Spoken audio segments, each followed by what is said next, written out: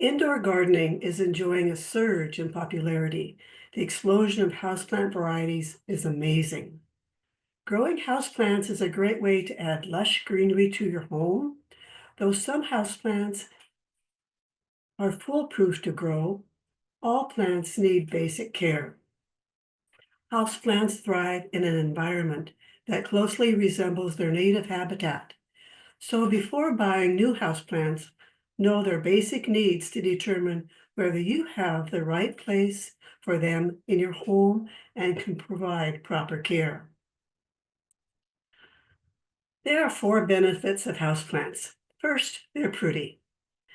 When planted and placed correctly, plants can screen, fill space, soften lines, hide views, improve traffic flow, and reduce noise. NASA states that some plants can lower levels of carbon monoxide, formaldehyde, benzene, and trichloroethylene.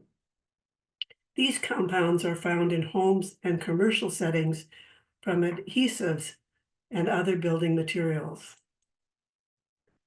It's estimated that plants release nearly 97% of the moisture that they consume through tiny pores in their leaves. A study done by the Agricultural University of Norway showed that houseplants, when grouped together, decrease the livelihood of dry skin, common colds, and sore throats. A University of Michigan study showed that studying and working in the presence of plants increases concentration and memory and productivity. The study shows that being under the influence of plants increases memory retention by up to 20%. And then a study by Texas A&M University proves that work done and studying around plants is completed with better quality and higher accuracy. So why are plants happy? They have the appropriate light exposure, watering schedule, temperature, and environment. Most houseplants are in zone 10 to 12. The Willamette Valley, where we are, is zone 8A. And this is why most houseplants do not thrive outside in fall and winter. So if you have unhappy plants, why? It's usually because of unsuitable sites, and then environmental stress can lead to pests and diseases. This is a dumb cane plant, or Dieffenbachia, and it comes from the tropics of South America, Mexico, and the West Indies. It's known as the dumb cane plant because the toxic sap irritates the mouth and makes the tongue swell once ingested, leaving those affected unable to speak until the toxicity subsides. You want to water the top 2 to 3 inches of the soil after the soil has dried out. It does not like to be overwatered. It likes bright, indirect light. You want to fertilize twice a month in the spring and the summer, and plant it in fertile, well-drained potting soil. So I'm going to go through now 10 popular houseplants. When I was doing the research for the houseplants for this presentation, I was amazed at how many are toxic to humans and pets. So it is important to do your own research before you bring a houseplant home, especially if you have nibblers in your family. This first houseplant is blue star fern, and it's my favorite houseplant at the moment. And they're one of the easiest ferns to care for. The reason I like it because it has this beautiful blue-gray eucalyptus colored leaves. It's an epiphyte, which means that it grows can grow on a tree or another environment or in the soil. It's zone 8 to 13. So this is a plant I will put out during the summer so it can get more light. And I think it'll be happy. Too much light though, and the leaves are get crispy. A fun fact is that ferns have been on the earth since prehistoric times. They filled the forest and were the favorite food source for many dinosaurs. This is my cutest houseplant, the eyelash fern. It gets about 6 to 8 inches and is a little round guy. It's a tropical fern, and the fern leaves look like eyelashes, and that's how it gets its name. It needs warm temperatures and high humidity. Ferns, as a rule, thrive in neutral to acidic, loosely rich organic soil, which is moist but not waterlogged. This fern prefers bright, filtered sunlight and is excellent as a houseplant or in a seasonal container. And last year I put this fern out in a container that gets morning sun up to about 1 o'clock, and it was happy. And then I filled this container with other plants surrounding it, but this was right in the front and the star. Unfortunately, I forgot, and I left it in the container during November, and it did not make it. So I get to try again.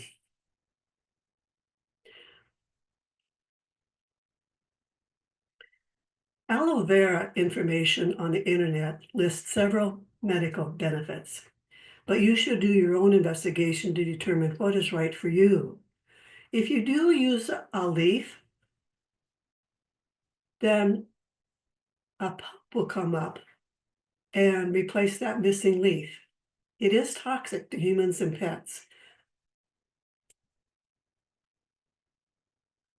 So an epiphyte is a plant that grows harmlessly upon another plant like a tree and derives its moisture and nutrients from the air, rain, and sometimes from the detritus around it. They differ from parasites in that they grow on other plants for physical support and do not necessarily negatively affect the host. The center of the bromeliad is called a tank or cup. This plant will hold water in its tank. So you fill the tank in the center and don't allow it to get empty. But if you notice that the water is not draining, somehow dump out, get rid of that water, because you don't want to have stagnant water in that tank. One of the cons is that it blooms only once during its lifespan. So if you buy one and it's in bloom and it's beautiful, when that bloom dies, you've got lovely foliage for the rest of the time.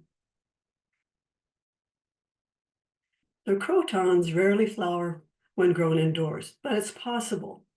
And when they do bloom, they have tight clusters of tiny, pale, green, star-shaped flowers that blossom from red buds. The flower stem looks like a feathery vine, and the tiny blooms don't have a scent. So if you see your croton kind of putting out this little wiry stem, leave it, because you just might possibly get a bloom. They can get 8 feet tall by 6 feet wide if they're happy, but you can prune them to control the size. Jade plants have amazing longevity and can live for 50 to 100 years when cared for properly. I had a friend and she was moving to Minnesota and she gave me her jade plant, and it was at 3 by 3 already, 3 feet by 3 feet already. So it was an older plant. And I would put it outside during the summer and it blossomed for me, which I was really surprised. I didn't know jade plants had blossoms. Then when we downsized, because of the size of the plant, I just didn't have room in our new home. Nobody wanted it because it was so big. And so unfortunately, and she was not at the end of her life, I guess, she got to go to compost heaven and become part of the circle of life. The fiddle leaf figs, don't like direct sunlight because they can burn. So, and also don't place it near or under heat air vents because it doesn't like that draft. If the newest leaves are larger than the older leaves, that's a great sign. That means that your plant is healthy enough to invest resources toward new growth. If the new leaves are smaller than the existing leaves, it may be a sign that your plant doesn't have the right nutrients to grow well.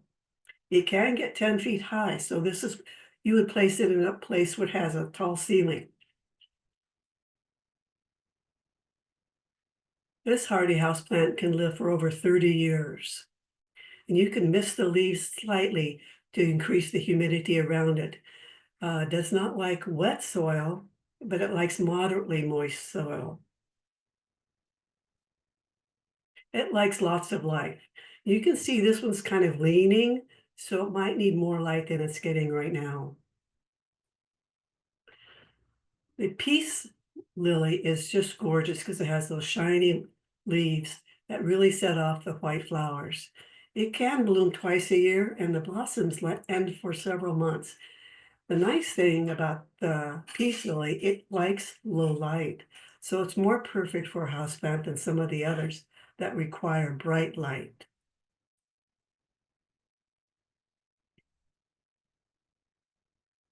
Lancias are called air plants sometimes, and they can grow without soil. So it's an epiphyte. It needs bright light. It can be in a south-facing window and be happy. There are some signs that, or some varieties, I should say, that after they bloom, they might die. But it could be that after it blooms and that pup falls off, there will be new growth coming up. So don't necessarily throw away if you think it's dying after it blooms. Keep it a little while and see if it's one of the varieties that will come back. 36 and Vine, .com has excellent information on Tillandsia care, where I got the photograph from. So let's talk about placement of plants. Plants need basic good flow around them to prevent pathogens and insect spread. So space them out so they're not necessarily touching. Look around your living spaces and find areas where your chosen plants will thrive. Plants, again, will perform best when the environment more closely mimics their native habitat.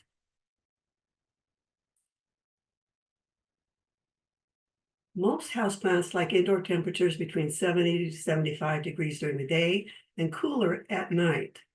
So although normal fluctuations in temperature are tolerated well by most plants, sudden blasts of cold or hot air can cause foliage damage, leaf drop, and even death upon prolonged exposure. Plants are the only organisms that can use light energy to produce sugars and starches, which are essential for their growth and survival. So light exposure is key to growing a houseplant. So understanding light for houseplants, it depends on the quality of light. For example, red light promotes flowering and blue light stimulates leaf growth. The quantity of light to figure whether it needs a bright light, medium light, or low light, and the light duration, how long it's exposed to that light. So to figure out lighting, think of directional clues. A window facing south receives the most intense sun. West and east exposures rank in the middle, and north-facing window is considered low light. And be cautious not to put plants too close or touching a window where temperature variations and cold drafts can damage leaves. So in this graphic by the Master Gardeners in Maryland, 1 is bright light. 2 is bright indirect light. So it's getting a lot of light, but it's not getting the full force of light. 3 is medium light. So it's in a room with general good light. And 4 is off to the corner. That would be low light. Phototropism is the ability of a plant to grow directionally in response to a light source. So in the plant, there are these auxin molecules, and these are those little white dots. If a plant needs more light, then these molecules move to the side and elongate, and then that can bend the stem toward the light. They do this by increasing the cell wall plasticity, allowing the cells to expand more readily. Other signs of too little light are pale or faded leaf coloration, resulting from decreased chlorophyll production because there's not enough light. It also has reduced foliage intensity and slower growth rates. So these plants like these kinds of light. Pothos and snake plant like low light. Low to medium light, the peace lily that we talked about, and dracaenas. Medium light, the ficus and Boston fern. And the bright indirect light, spider plant, peperomia, lucky bamboo, like this photo, and the dumb cane plant. Bright light is the rubber tree, the ficus. So on the dumb lucky bamboo plant, it likes water every 2 weeks, or you can grow it in water. Depends what you want to do with it. Under typical conditions, your plant can live for 1 to 2 years. However, if you really like it and you have meticulous attention to its needs, some lucky bamboo plants have been known to flourish for up to a decade or even longer. I chose this photo because I really like the watering can. So when it's too dry, a plant wilts and turns gray-green. When it's too wet, it drops leaves or turns yellow. So you want to avoid both extremes. Plants should not be watered on a schedule, but rather should be watered when they need it. So for example, don't water every Monday. The way I do it is I pick the pot container up, and if it's light, the plant needs water, but if it's still heavy, it doesn't need water. Be sure your container has drain holes in the bottom, or water will settle at the bottom. The soil stays moist all the time, and it can cause root rot. You would like to water the soil, not the leaves. Factors that can influence plant watering include the differences in potting media, humidity, and temperature of your home. There's very little you can do once your plant gets root rot. It can go to compost heaven, and you have a nursery opportunity. Soluble salt looks like those bright little crusty crystals on top of the soil, or sometimes you can see them rim the edge of the container. And what that is, it's high concentrations of dissolved substances like calcium carbonate, sodium, and iron. So what you can do is avoid bottom watering or pots without drain holes. If you do have this, if you take and wash the volume of the pot 3 times to let the salts come out of the potting soil and drain out. Then if your pot does have that salt rim, the old pot can be soaked, scrubbed with a brush, and cleaned in fresh water before reusing it. You would probably need to repot your plant too. So most common indoor plants have similar fertilizer requirements. So it's fine to use the same fertilizer for all of them. The 2 exceptions are orchids and African violets, and there are specific fertilizers for these plants. If you notice the burning on the tips of the leaves or that white crust that's going on top of the potting soil, you most likely are fertilizing too much.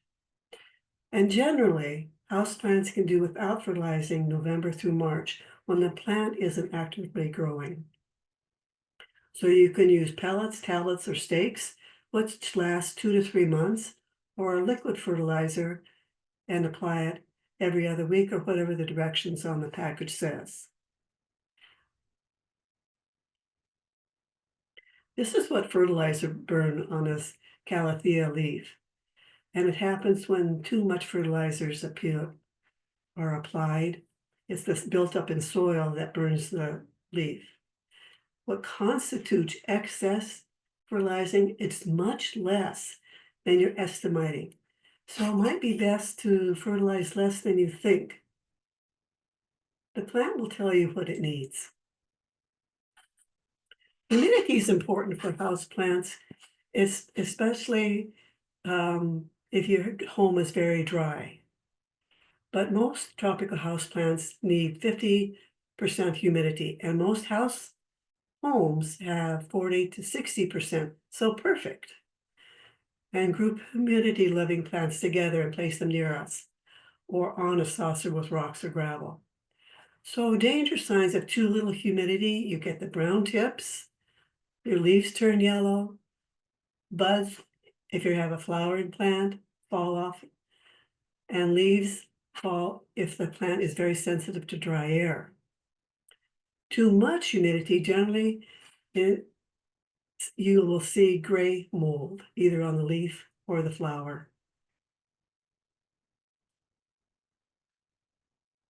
So the size and type of container is crucial to houseplant health. You want to start if you decide to take it out of the nursery pot that it came with, that you bought your plant. So you start with a container that is 1 to 2 inches larger than the root ball, and then gradually move up in size as your plant grows. Sometimes the plant will tell you that it's happy where it is and never needs repotting. But if you start to see the plant just isn't thriving, pull it out and see if the roots are going around in a circle. Then you know that it's time to repot. Make sure you have those drainage holes so that excess water can come out.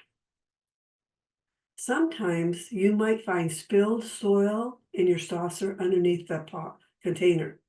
This is a sign that the houseplant is outgrowing its container and the roots are pushing out the soil.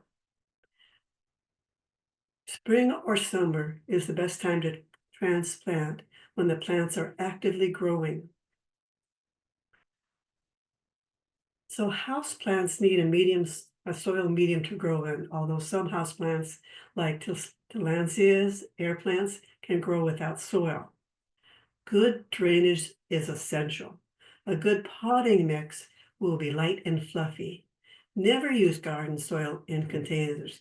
It has a very fine texture, which stops adequate drainage and lacks sufficient air, which is so important for the roots. It may also bring disease, insects, and weed seeds. So there's an inorganic component to potting mix. And these are little pieces of perlite, pumice, or vermiculite. They're very aggregate in look, and that aggregation creates pore space, encourages drainage, and resists compaction. The organic compost component holds water and nutrients, and it usually is peat, shredded bark, and aged compost. Because of the dynamics of water movement within a container, coarse material under the potting soil in the container will inhibit drainage. There's a physics principle, and this is discussed in a handout that you can find at the end of this presentation, and it's called The Myth of Drainage Material in Containers. What happens is that gravitational water will not move from a finely soil mixture like potting soil into a coarser material until the finer soil is completely saturated. What happens is that the soil gets waterlogged, which is exactly what you don't want, because that can cause root rot.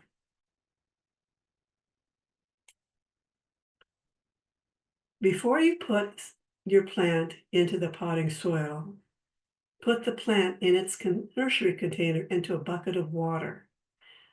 And you want to keep it in the water until the bubbles stop. When you think of a nursery and the thousands of plants that it has to water. Not everything gets watered equally or well. So before you put the plant that you bought into the potting soil, make sure it's completely saturated. When I put it into a bucket, sometimes the whole plant is underwater, and that's fine. Meanwhile, you're making sure that the potting soil is completely saturated with water too. And if it has peat, it takes a lot of stirring till every single inch of that potting soil is saturated.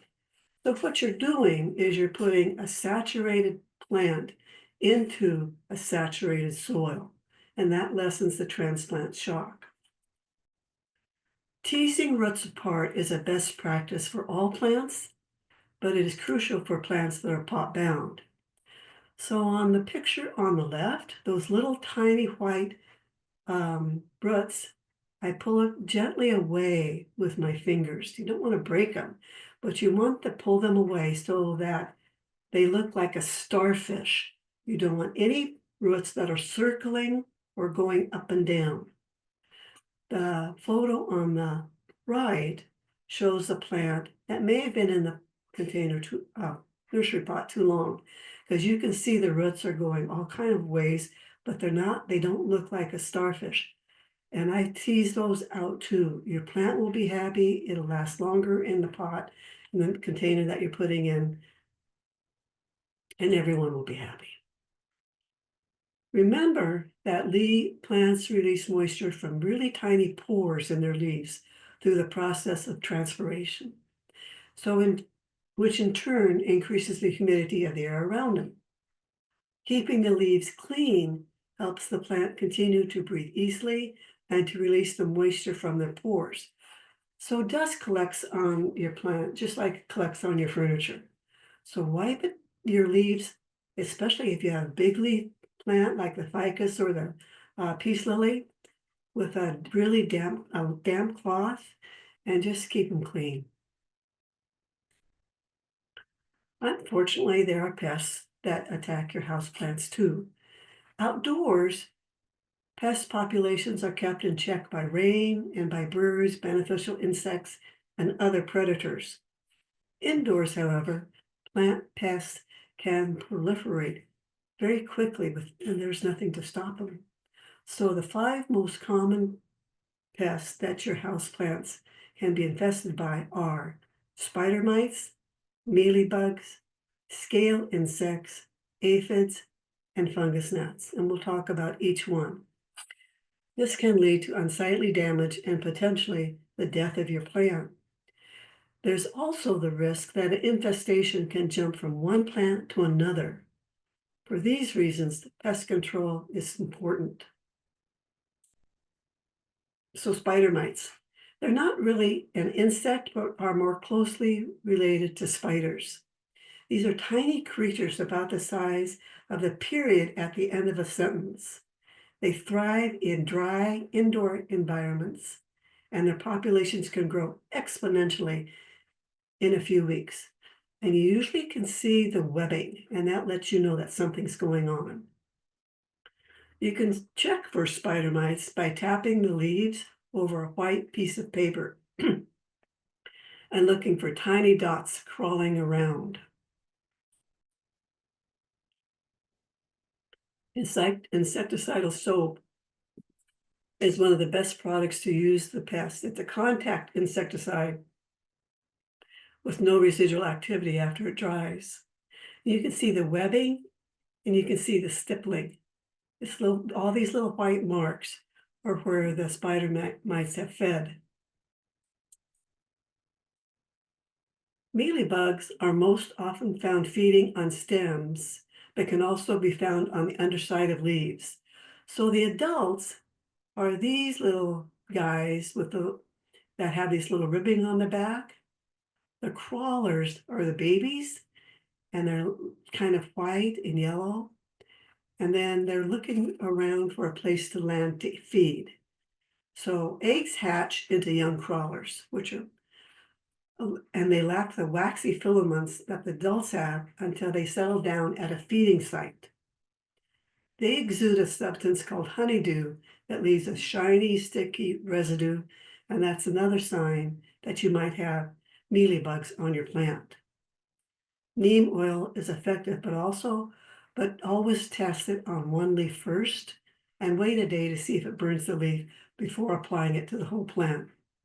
Insecticidal soap also is very good, and you dip a cotton swab into the liquid and then paint the mealybugs.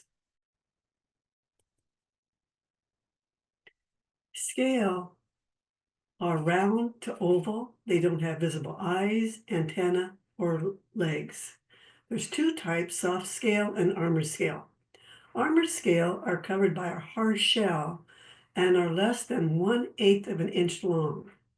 Soft scale are usually larger, about 1/4 of an inch long, and covered with a thick wax. Adults are sedentary once they find a feeding place. Eggs are laid underneath the protective cover of the female, and then after hatching, the young crawlers move about on the plant to find a feeding site before producing that protective covering that shields the scale insects from most contact sprays. So neem oil and insecticidal oil are great. The insecticidal oil will kill the crawlers. Neem oil will smother the adults.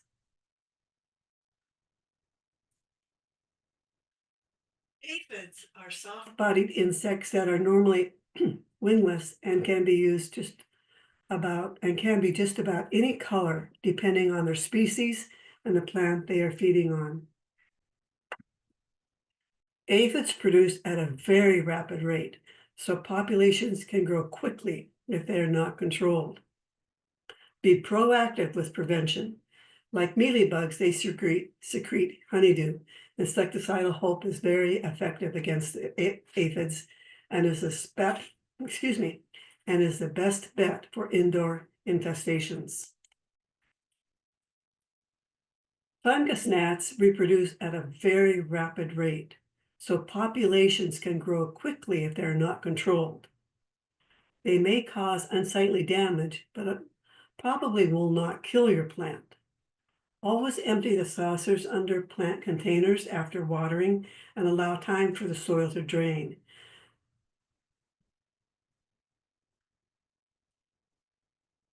BT, or Bacillus thuringiensis, is a bacterium that is sold in stores for the control of mosquito larvae in standing water. So you want to take little bits of this BT in water and then drench the soil, and that should help kill the eggs.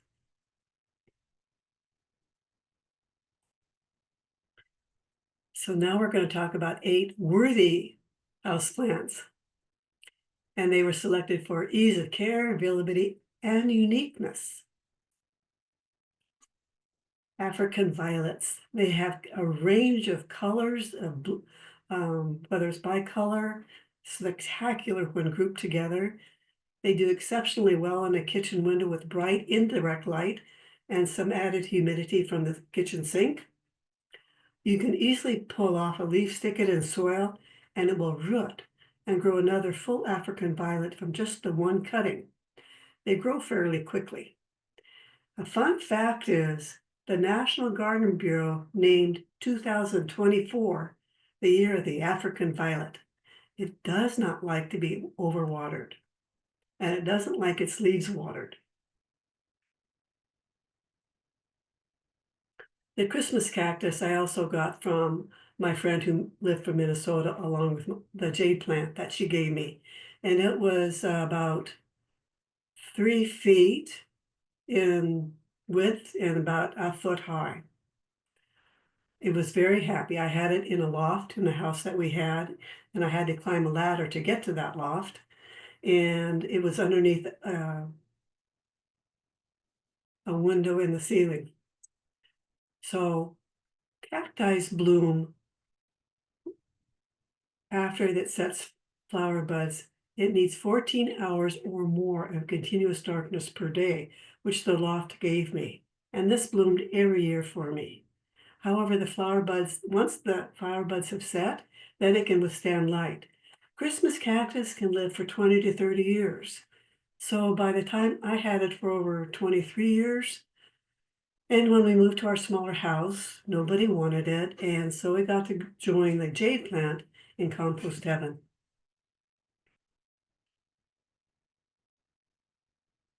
Moth orchids or phalaenopsis are just astounding in the amount of color that they have. They're one of the easiest orchids to grow. Their roots can photosynthesize as well as their leaves, which means they don't particularly need leaves in a pot to be happy. And many growers mount the orchids on pieces of cork or a bit of sphagnum moss. If you see roots growing out of the container, they're an epiphyte, so that is feeding the orchid, so you don't necessarily want to cut them off. They like a humid environment.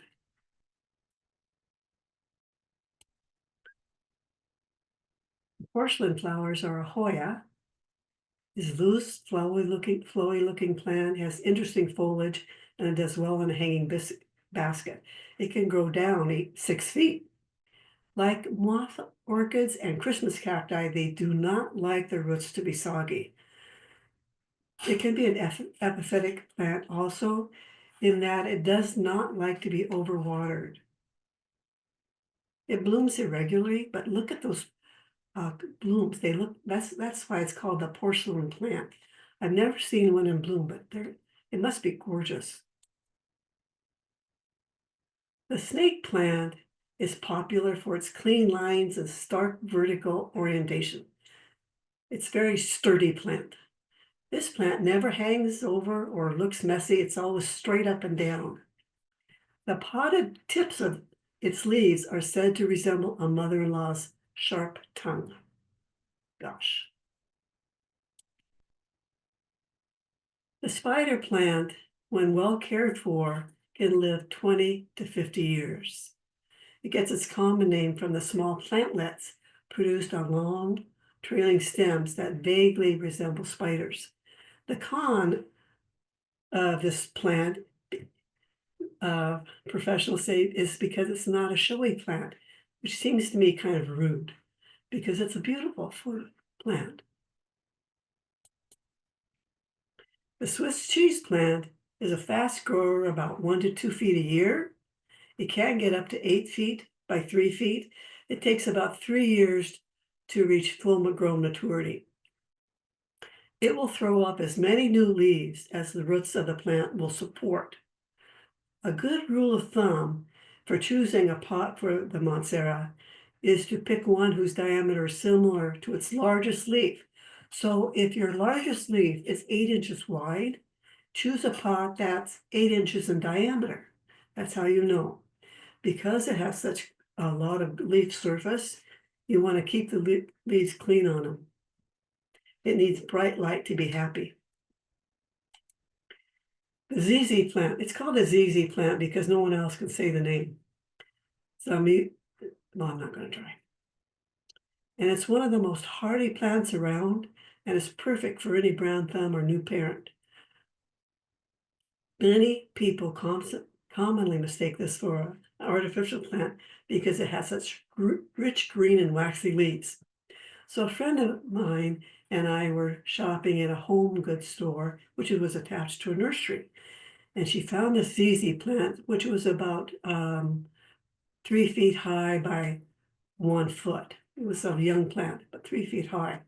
So we picked it up, and then we had to go to the nursery to find a container for it. She was very happy with it. When she got home and brought it in, her husband said to her, "Did you buy another fake plant?" And she said, "No, this one's real." Aha. They can tolerate a range of growing conditions and can survive even after weeks of neglect. They can grow as tall as 5 feet, but probably you'll see most of them as 2 to 3 feet tall. It says not the showiest foliage, but it's green and waxy. It is pretty. Now we're going to talk about how to decorate with your home with houseplants. Just like anything that you bring into your house, you want to pay attention to basic design principles. like proportion, balance, scale, harmony, style, and color. You want to consider the amount of light, the room temperature, and air humidity. So even if you don't have a green thumb, there are many houseplant varieties that are virtually fail-proof, such as the ZZ plant, philodendron, snake plant, pothos, and the spider plant. So choose a style. Wicker baskets evoke rustic country appeal, while a classic metal urn evokes timeless elegance. Neutral-looking ceramic containers, such as this white that I've been using throughout the presentation, is a sleek, modern look. Brightly painted pots evoke a Southwestern theme. So after you choose your pots, and they're all wicker, say, then the plants can be different because the unifying element is the containers. So use foliage in different colors, patterns, and shapes for visual contrast to the sameness of your wicker.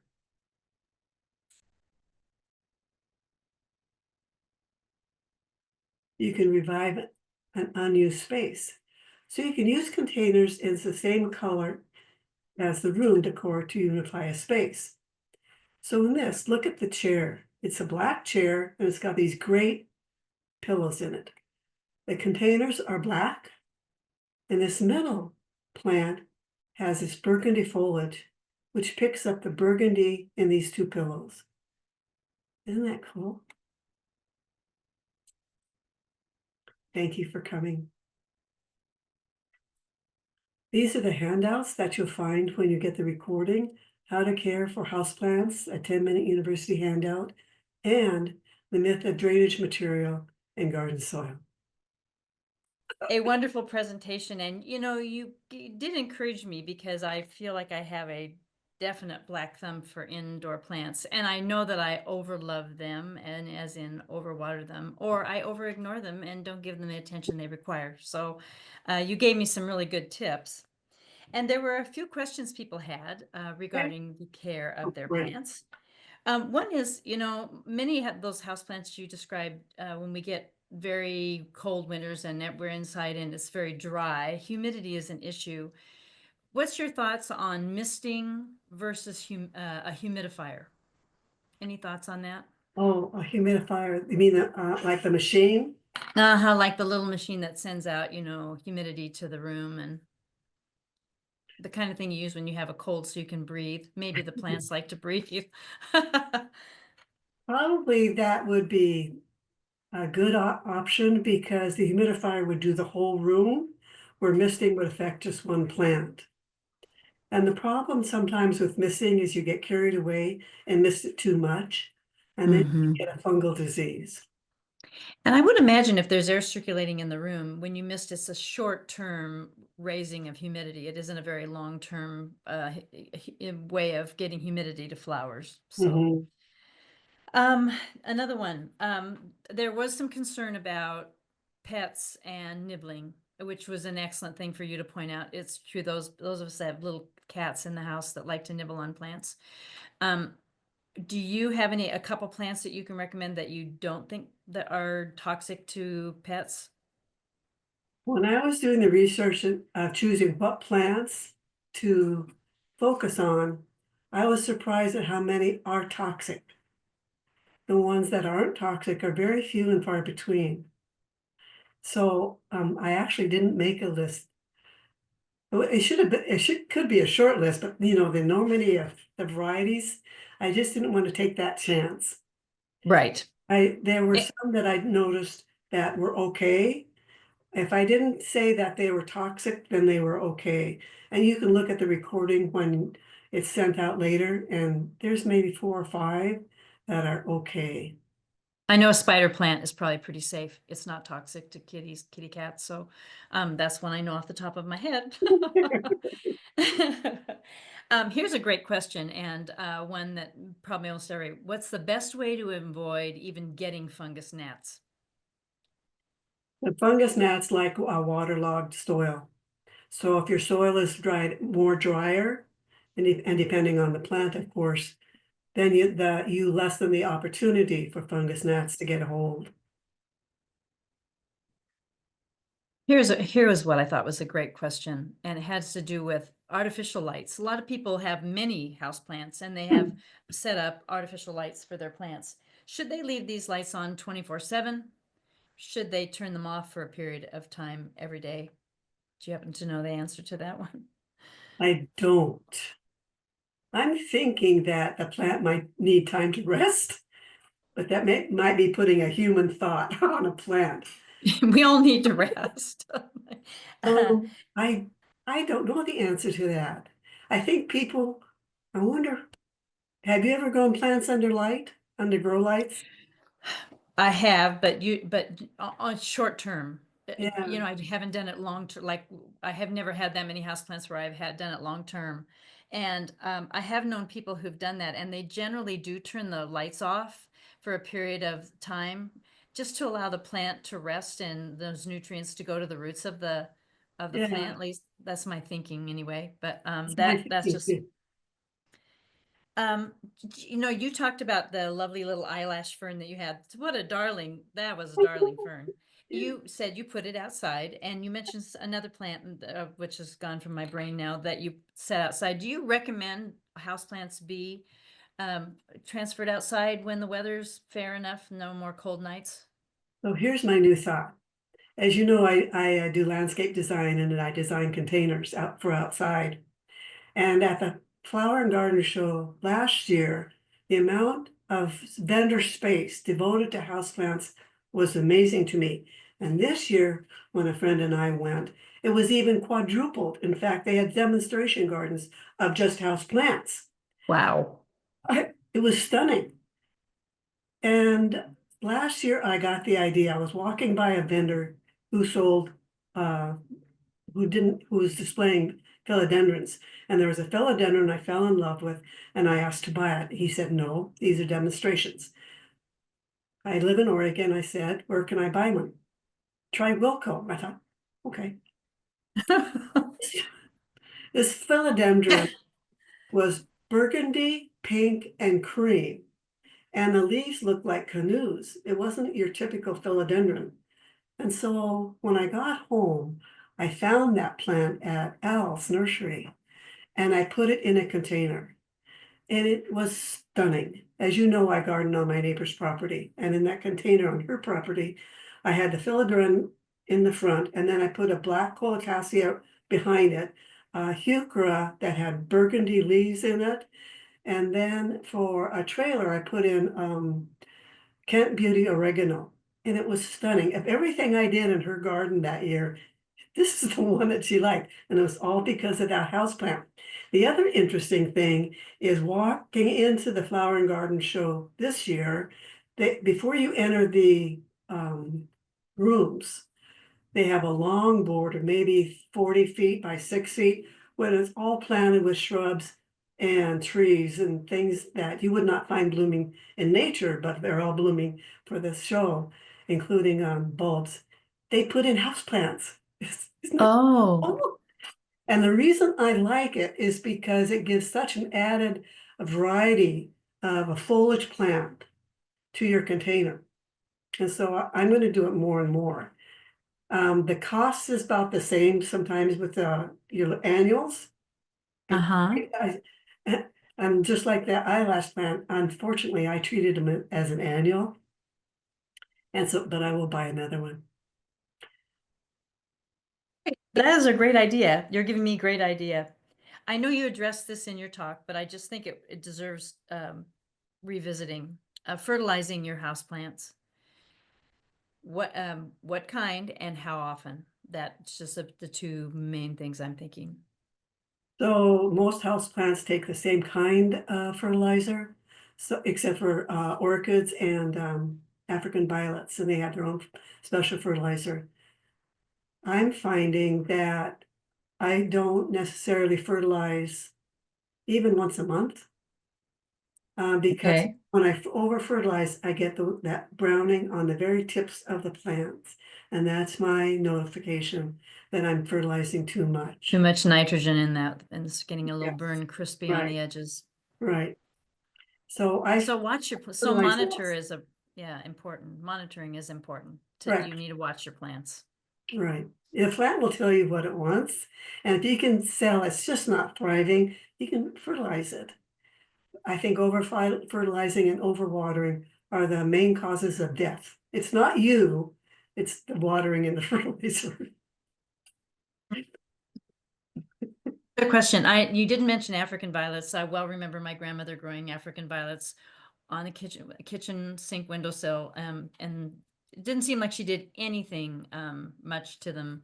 They just thrived. Best watering practices: watering from above or placing plants watering from below where plants uptake water. I think I know the answer to this question. And the best way to water African violets, because you said they don't like water on their leaves. So And the best way is to have a watering can with a long nose so that you can get the soil and not drip on the foliage. leaves, Okay. because it gets kind of like a water spot and it just isn't as attractive. They are hard to water because you have to get that nose down right into the soil. And wicking up, like you would fill the saucer and you would wick up, it's not a great way to water the whole plant. I can see that it really would, it would be a problem. It would not, I mean, now your soil is just never drying out, which you talked about the importance of letting the soil dry out a bit. yeah, you don't want those roots waterlogged. Yeah. One person did ask, I know you addressed this, but just because someone asks, I think then more than one person has the question. How do I know when it's time to repot my house plant? How will I know it? How will I recognize the signs? The sign is, again, the plant kind of just sits there. It's not happy. It's not dying, but it's not happy. Experts recommend that every year you pull up your plant from this pot and check the roots. And so if they're circling, then you need to repot. To the next, you don't go from like a 6-inch pot to a foot plant, 12 inches pot. You want to go just the next size up. And then, like I talked about, feather the roots out so they're not circling. Because one of the things I learned in some class is that roots don't have brains. And if they're circling, they will always continue to circle. They don't Right. necessarily move to find the best place for them. That's why So if you repot, yeah. So when you're repotting, you need to make sure you make that little starfish shape with those starfish, yeah, roots, get them to reach out. Okay. right. Okay. That's good. It's good. Yeah, those are excellent, excellent tips. I did have one more question. I've got to find it. Oh, pots. There's such a plethora of pots out there. Any that you should strictly avoid? Is there a pot that is a problem, might be a problem for you? Um, if you're using them in your house, anything that fits with your decor, I think is perfect. If you like it, it's perfect. I do not recommend pots without a drainage hole. So you can buy a really pretty pot, but what that means that you're going to do is put the plant in its nursery container within the pot so Ah, water can drain out. And that's how most of my plants are. I have very few that are planted in the pot itself, and if they do, then they have a saucer underneath. I actually like, I only have 5 plants in my house. Back in the 70s, you might remember this. Every house was a jungle because houseplants yes. I do remember that. were With the a thing to macrame do. hanger. But so I can only tolerate 5 plants in my house. I have 30 containers outside, but that's outside, and I love that.